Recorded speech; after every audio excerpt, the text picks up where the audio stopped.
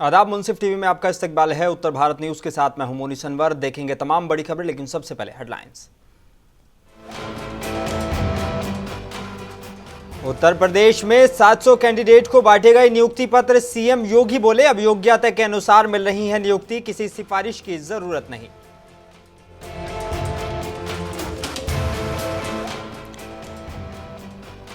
रामपुर के शाहबाद में दर्दनाक हादसा, ईंट भट्टे के गड्ढे में डूबने से 5 बच्चों की हुई मौत।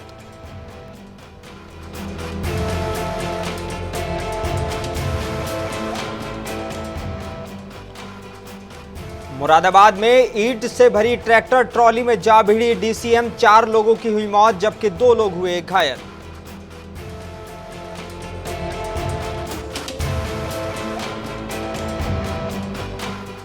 और यूपी एटीएस ने देवबंद से 2 तथाकथित बांग्लादेशी को किया गिरफ्तार। अवैध तरीके से बॉर्डर पार करके आए थे हिंदुस्तान।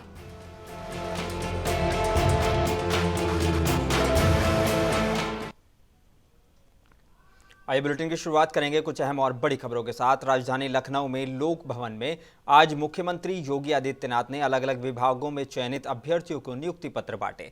यूपी लोक सेवा आयोग और यूपी अधीनस्थ सेवा चयन आयोग की ओर से चयनित 700 कैंडिडेट का चयन किया गया है। सीएम योगी आदित्यनाथ ने कहा कि अब योग्यता के अनुसार नियुक्तियां हो रही हैं, किसी सिफारिश की जरूरत नहीं है। उन्होंने कहा कि पूरे यूपी को अपना गांव और अपना घर समझकर काम कीजिएगा और हर जिले का हर गांव महत्वपूर्ण है। 25 करोड़ जनता के लिए काम करना है, किसी भी विभाग में कोई कोताही न बरते जाए। और उन्होंने कहा कि मैं खुद उसमें हस्तक्षेप करके कार्रवाई करता हूं। उन्होंने अपील करते हुए कहा कि आप जिस टीम का हिस्सा बनने जा रहे हैं उसमें कार्य कुशलता और ईमानदारी के कार्य की जरूरत है।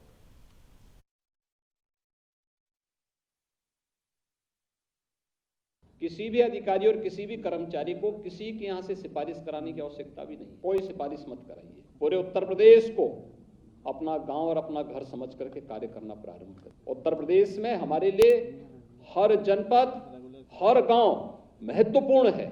हम उसको कमतर आंक करके नहीं देख सकते। 25 करोड़ की जनता के लिए हमें कार्य करना है, उनकी अपेक्षाओं पर हमें खरा उतरना है और इससे कोई सिफारिश की आवश्यकता नहीं, कहीं नहीं सिफारिश की आवश्यकता होनी चाहिए। आपकी योग्यता और आपकी क्षमता के अनुसार शासन आपको नियुक्ति दे रही है, विभाग आपको नियुक्ति दे रही है। और जहां पर थोड़ी भी भेदभाव की शिकायत स्वयं भी विभागीय स्तर पर आती, विभागीय मंत्री कार्रवाई करता है। अगर कहीं भी कोताही बरत दी जाती है तो मैं स्वयं ही उस पूरी प्रक्रिया में हस्तक्षेप करके कार्रवाई करने में कोई संकोच नहीं करता हूं, कोई संकोच नहीं करता हूं, क्योंकि हमें 25 करोड़ जनता की अपेक्षाओं के अनुरूप अपने आप को साबित करना है। और वह जब हम लोग करते हैं तो हर व्यक्ति में एक संतुष्टि का भाव दिखाई देता है। और उत्तर प्रदेश के रामपुर से बेहद दर्दनाक खबर सामने आई है, जहां ईंट भट्टे के गड्ढे में डूबने से 5 मासूम बच्चों की मौत हो गई। सूचना मिलते ही उपजिलाधिकारी और सीओ घटनास्थल पर पहुंच गए, जिसके बाद 5 बच्चों के शव को गड्ढे से निकाला गया। पुलिस ने शव को कब्जे में लेकर पोस्टमार्टम के लिए भेज दिया है। इस घटना के बाद पूरे गाँव में मातम पसर गया। परिजनों का रो रो कर बुरा हाल है।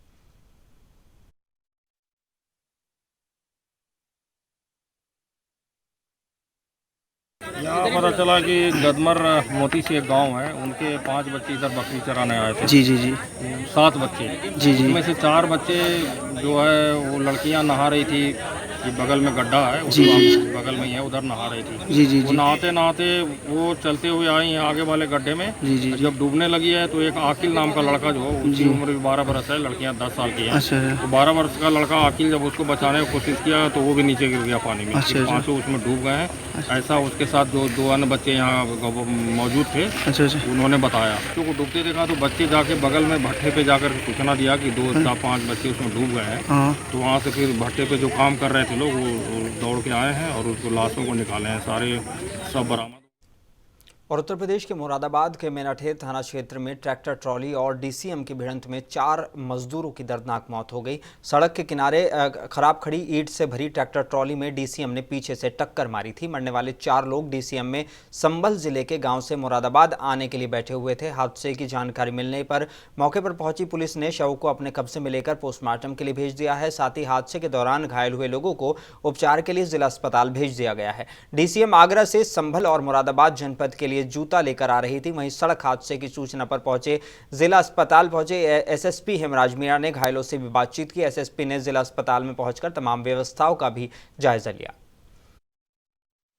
ये करीब 1 घंटा पहले थाना मेनाठेर क्षेत्र में एक डीसीएम गाड़ी एक खड़े हुए ट्रैक्टर ट्रॉली से टकरा गई थी, जिसमें मौके पे एक व्यक्ति की उसमें डेथ हो गई थी और 5 लोगों को रेफ़र किया गया था जिला अस्पताल के लिए, जिसमें से 2 का अभी इलाज कराया जा रहा है और 3 की इलाज के दौरान मृत्यु हो गई है। और अभी तक की जो जानकारी मिली है उसमें ये लोग गढ़ मुक्तेश्वर अमरोहा क्षेत्र के रहने वाले थे और संभल से कहीं काम करके वापस आ रहे थे। सभी लोग जो डीसीएम है उसमें केबिन में बैठे हुए थे और जो जानकारी मिली है जो घायल के द्वारा कि जो ड्राइवर है वो हल्के नींद में था, 1-2 बार उसने पहले भी झटका लगा था उसको, और जहाँ पे एक्सीडेंट हुआ है वहाँ पे उसको नींद की झपकी लगी और उसकी वजह से ये गाड़ी साइड में चलेगी और खड़ी हुई जो ट्रैक्टर ट्रॉली है उससे टकरा गई और इन सब लोगों को उसमें ये सब लोग घायल हुए। अभी 2 को यहाँ पे इलाज उनका हो रहा है, उनको कई जगह फ्रैक्चर्स हैं तो उनको हायर सेंटर के लिए रेफ़र कराया जा रहा है उनको बेहतर इलाज के लिए, और बाकी के जो परिजन हैं उन सबको सूचित किया जा रहा है। और अभी तक की जानकारी में ये मिली कि अमरोहा क्षेत्र के रहने वाले हैं। और यूपी एटीएस की सहारनपुर इकाई ने देवबंद से 2 संदिग्ध बांग्लादेशी युवकों को गिरफ्तार कर जेल भेज दिया है। दोनों आरोपी पिछले कई सालों से पहचान छुपाकर देवबंद में रह रहे थे। इस दौरान उन्होंने देवबंद क्षेत्र के कई मदरसों में फर्जी पहचान पत्रों के माध्यम से शिक्षा प्राप्त की है। पुलिस ने आरोपियों के खिलाफ विदेशी अधिनियम 1414B सहित धोखाधड़ी समेत विभिन्न धाराओं में मामला दर्ज कर जेल भेज दिया है।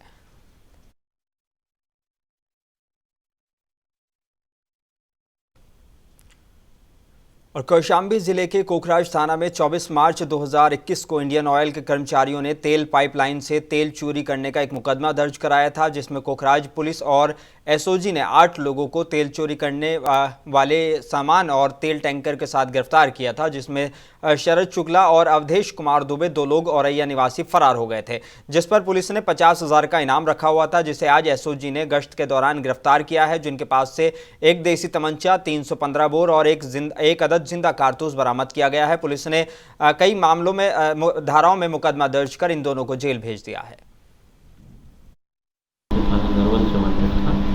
जो अजीरेन महोदय द्वारा उसके 50,000 के नाम घोषित था 2021 से ही वांटेड था। आज उसकी गिरफ्तारी हुई, उसके साथ में और साथी गिरफ्तार हुए उनका, और उसके साथ 2 अवैध तमंचे और खोखा कारतूस। और अमेठी जिले में एक गांव ऐसा है जो आज भी विकास की राह देख रहा है। केंद्र से लेकर राज्य तक, सांसद से लेकर विधायक तक सभी भाजपा से हैं, फिर भी जायस नगर पालिका के वार्ड नंबर 2 के पूरे हकीम गांव में आज आने जाने के लिए रास्ता तक नहीं है। कांग्रेस की नगर पालिका के चेयरमैन ने लोगों के गुस्से को देखते हुए मौके का मुआयना किया। लोगों का कहना है कि काफी वक्त से कीचड़ भरे रास्ते से निकलने के लिए वो लोग मजबूर हैं। नगर पालिका अध्यक्ष मनीषा सिंह चौहान के द्वारा आज इसी मार्ग पर 100 मीटर के बनने वाले रोड को लेकर शिलान्यास किया गया। ग्रामीणों को जानकारी हुई तो लोगों में गुस्सा देखने को मिला और उन्होंने चेयरमैन को अपने गांव की समस्या से रूबरू कराया। चेयरमैन ने स्थानीय नगरवासियों को आश्वासन दिया है कि जल्द ही इस मार्ग का निर्माण कराया जाएगा। जो गाड़ी लेके आते हैं, छोटे छोटे बच्चा बैठा के लेके आते हैं तो एक गिर जाते हैं। उनकी समस्या ये है कि इसमें चुटा जाते हैं। कभी कोई हादसा हो जाए तो फिर क्या होगा, इस जगह पे होए कि यहाँ ऐसे डाल देते हैं पानी, बरसात का पानी है और नाली भी नहीं है, और जो बम्बा गढ़े हैं उसका इसमें पानी आता है, कीचड़ इसी से इसमें हुआ है। काम शुरू हो गया है आज से जी, और पूरा समाधान होगा। और ये जल भराव है, जल भराव समस्या है, कोई भी जा नहीं सकता है, तो आप खुद देख रहे हैं। और जिला संभल की चंदौसी तहसील क्षेत्र के क्षेत्रीय सहकारी समिति गुमथल कार्यालय केंद्र पर 3 साल से खाद नहीं पहुंचा है, जिसकी वजह से किसानों को खाद नहीं मिला है। 3 साल से खाद ब्लैक किया गया है और खाद केंद्र में ताले पड़े हुए मिले हैं। समिति कार्यालय पर तैनात चौकीदार ने जानकारी दी है कि 3-4 साल से खाद वाहन को रास्ता न होने की वजह से समिति कार्यालय केंद्र पर खाद आया ही नहीं है। वीरेंद्र प्रकाश उपाध्याय AR कोऑपरेटिव ने जानकारी दी है कि समिति केंद्र पर वाहन जाने के लिए रास्ता नहीं है, जिसकी वजह से बनियाखेड़ा के पास स्टोर बनाकर खाद बेचा जा रहा है।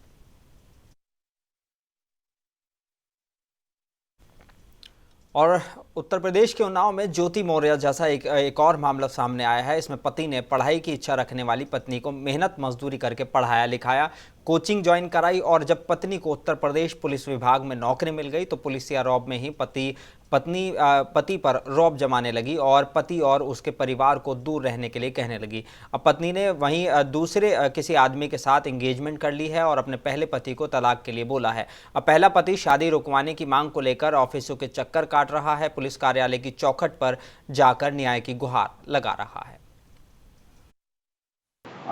थाना अचलगंज क्षेत्र के निवासी एक व्यक्ति द्वारा एक प्रार्थना पत्र देकर के बताया गया कि जब उनकी शादी हुई थी तो उनकी पत्नी जॉब में नहीं थी। उन्होंने जो है उनको पढ़ाया और आज वो अपनी जॉब में है और उनके द्वारा बिना उनको बताए किसी शादी कर रही हैं और न्यायालय में उनके लिए अलगाव के लिए उन्होंने वहाँ पे वादिता कर दिया। उनका कहना है कि अभी चूँकि न्यायालय से मामला नियमित नहीं हुआ है, इस बीच वो शादी कर रही हैं। और उत्तर प्रदेश के रामपुर में नवाबों के इमामबाड़े में भी दुनिया में एक अलग पहचान रखते हैं। इसमें चाहे मर्दाना इमामबाड़ा हो या उसके बराबर में ही जनाना इमामबाड़ा हो, जिसमें नवाबी दौर से लेकर मौजूदा वक्त की बेशकीमती चीज़ें मौजूद हैं। मुहर्रम को लेकर इमामबाड़ों में मजलिसें होंगी और अज़ादारी होंगी। जहां मर्दाना इमामबाड़े में मजलिसें होंगी और वहीं जनाना इमामबाड़े में भी अज़ादारी होगी। उसी को लेकर शहजादी निगत आबदी जनाना इमामबाड़े में मौजूद रहीं। उन्होंने बताया कि उनके दादा नवाब रज़ा अली खान के वक्त में ये दोनों इमामबाड़े एक ही थे। मर्दाना इमामबाड़ा नवाब रज़ा अली खान और ये उनकी दादी राजमाता रफ़त ज़मानी बेगम के लिए बनाए गए थे। दोनों ही उनके वालिदैन के थे, लेकिन कुछ ऐसे हालात बने कि ये अलग हो गया और वो अलग हो गया। सारी बड़ी और अहम चीज़ें मर्दाना इमामबाड़े में थी और जनाने इमामबाड़े में मुख्तसर अहम चीज़ें थी। पिछले चंद सालों से उन्होंने कहा कि उनकी भी खुशी थी कि कोशिश करके वो इस को सजाएं, लेकिन लोगों को मेन इमामबाड़ा मर्दाना इमामबाड़ा ही पसंद था। अब इसके लिए बस इसी साल खुशी है कि इस दिल से अकीदत की जाए और उसी की कबूलियत होगी।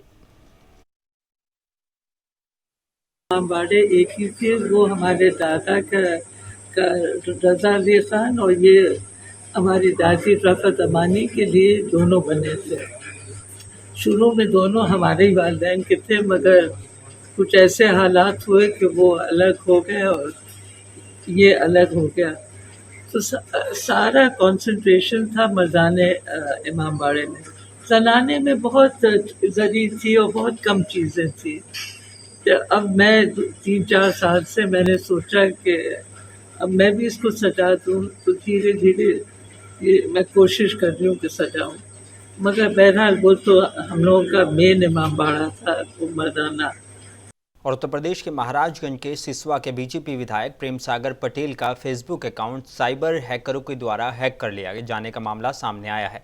साइबर हैकरों ने फेसबुक अकाउंट को हैक कर न सिर्फ विधायक का फोटो हटा दिया, बल्कि उसके स्थान पर एक लड़की का फोटो लगा दिया। लड़की का फोटो लगने के बाद इसकी जानकारी जब उनके सोशल मीडिया पर भारी और उनके जाने वालों को हुई तो हड़कंप मच गया। मामले में विधायक ने सोशल मीडिया का काम देखने वाले मुकेश कुमार पटेल ने अज्ञात साइबर हैकरों के खिलाफ IT एक्ट के तहत मुकदमा दर्ज कराया है। विधायक की फेसबुक ID हैक करने वाले इस हाई प्रोफाइल मामले की जांच महाराजगंज के साइबर सेल प्रभारी आनंद गुप्ता को दी गई है। SP डॉक्टर कौस्तुभ ने बताया कि इस मामले की जानकारी है, साइबर सेल की पुलिस मुकदमे की जाँच कर रही है, जल्द इस मामले का खुलासा कर दिया जाएगा। महाराजगंज में सिसवा के वर्तमान विधायक की जो फेसबुक ID है उसके संबंध में उन्होंने अभी एक एप्लीकेशन यहाँ पे पुलिस अधीक्षक महाराजगंज को दिया है कि उनकी जो फेसबुक ID है वो हैक हो गई है।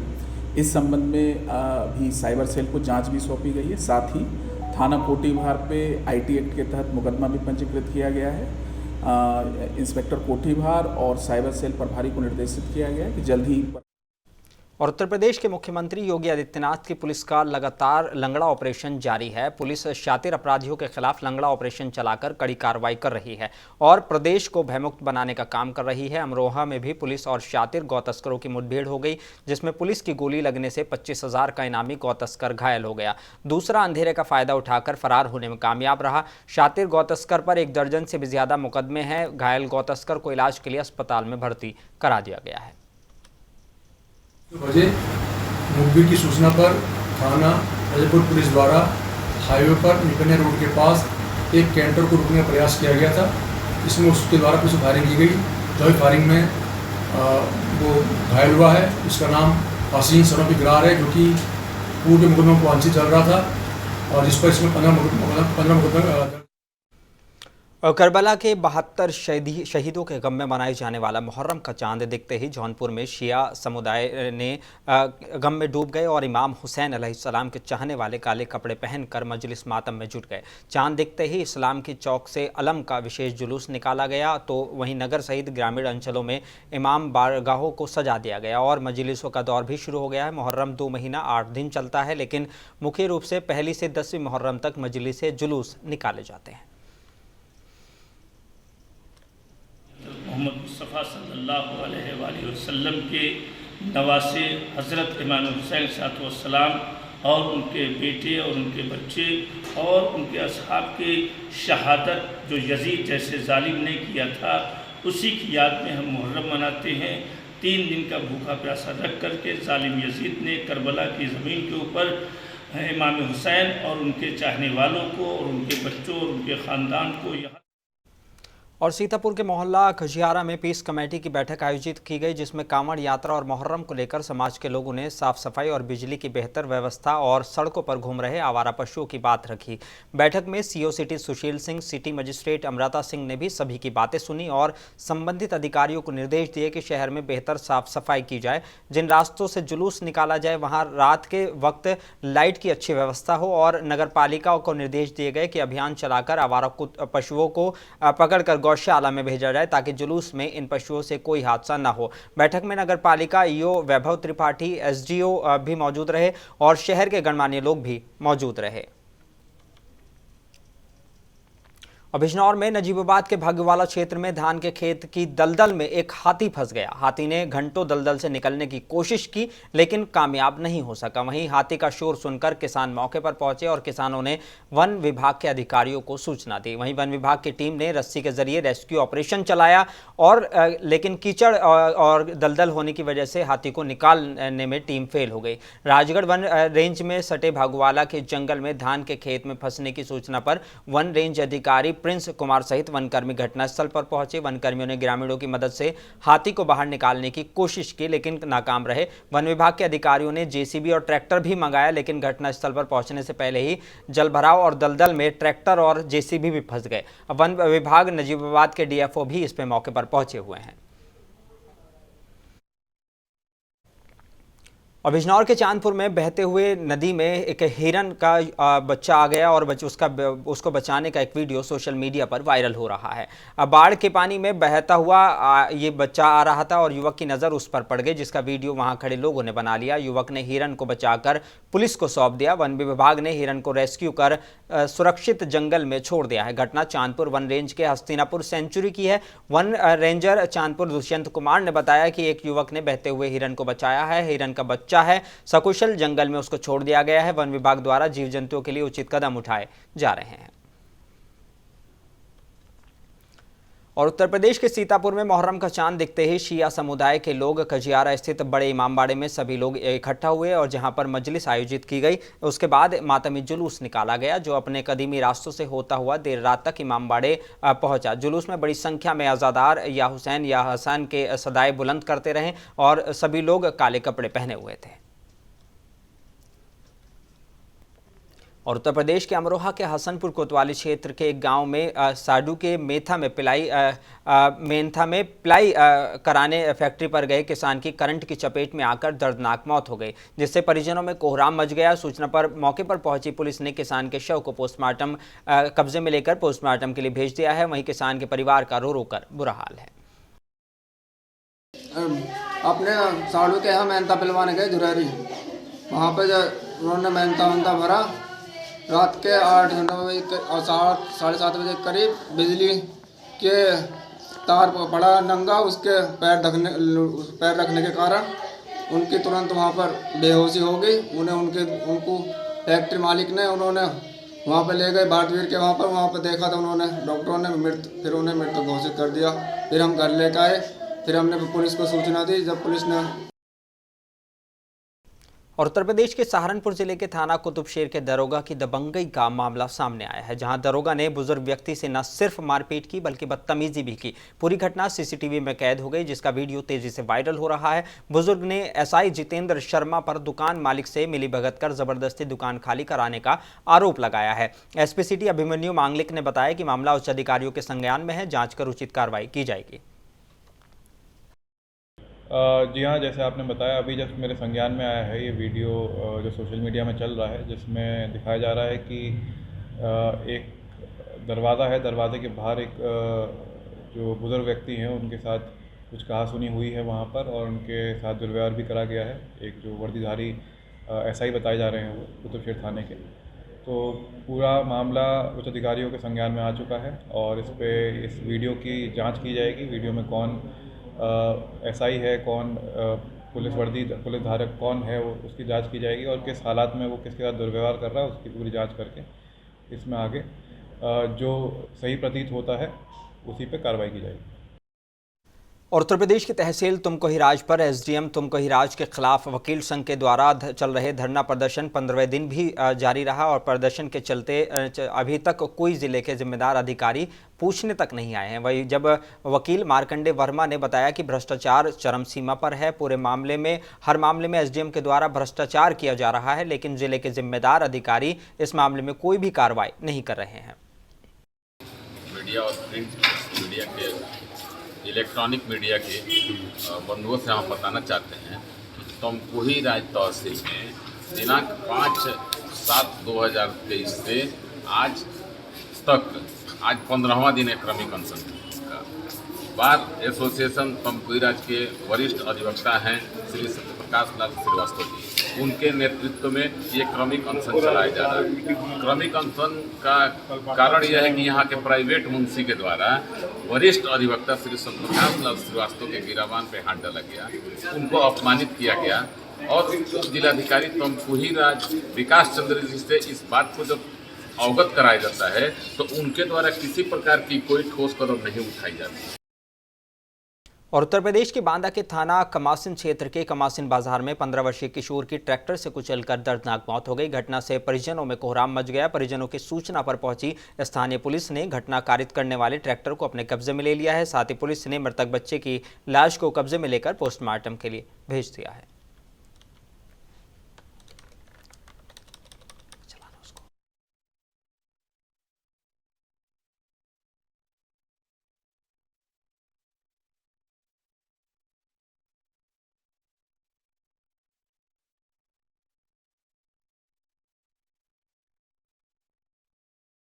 आज थाना कमासिन क्षेत्र के कमासिन बाजार में निर्मल कुमार प्रजापति निवासी कमासिन बाजार उम्र 15 वर्ष की एक ट्रैक्टर से कुचल जाने के कारण मृत्यु हो गई है।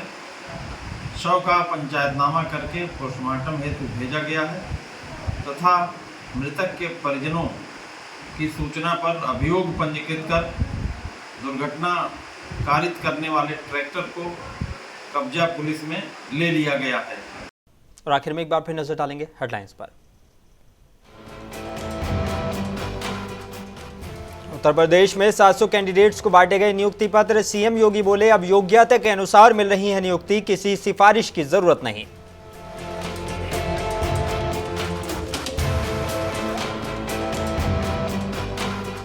रामपुर के शाहबाद में दर्दनाक हादसा, ईंट भट्टे के गड्ढे में डूबने से 5 बच्चों की हुई मौत।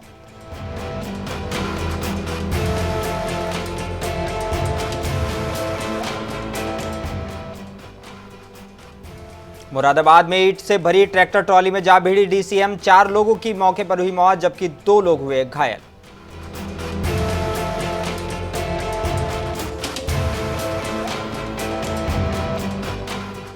और यूपी एटीएस ने देवबंद से 2 बांग्लादेशियों को किया गिरफ्तार। अवैध तरीके से बॉर्डर पार करके आए थे हिंदुस्तान।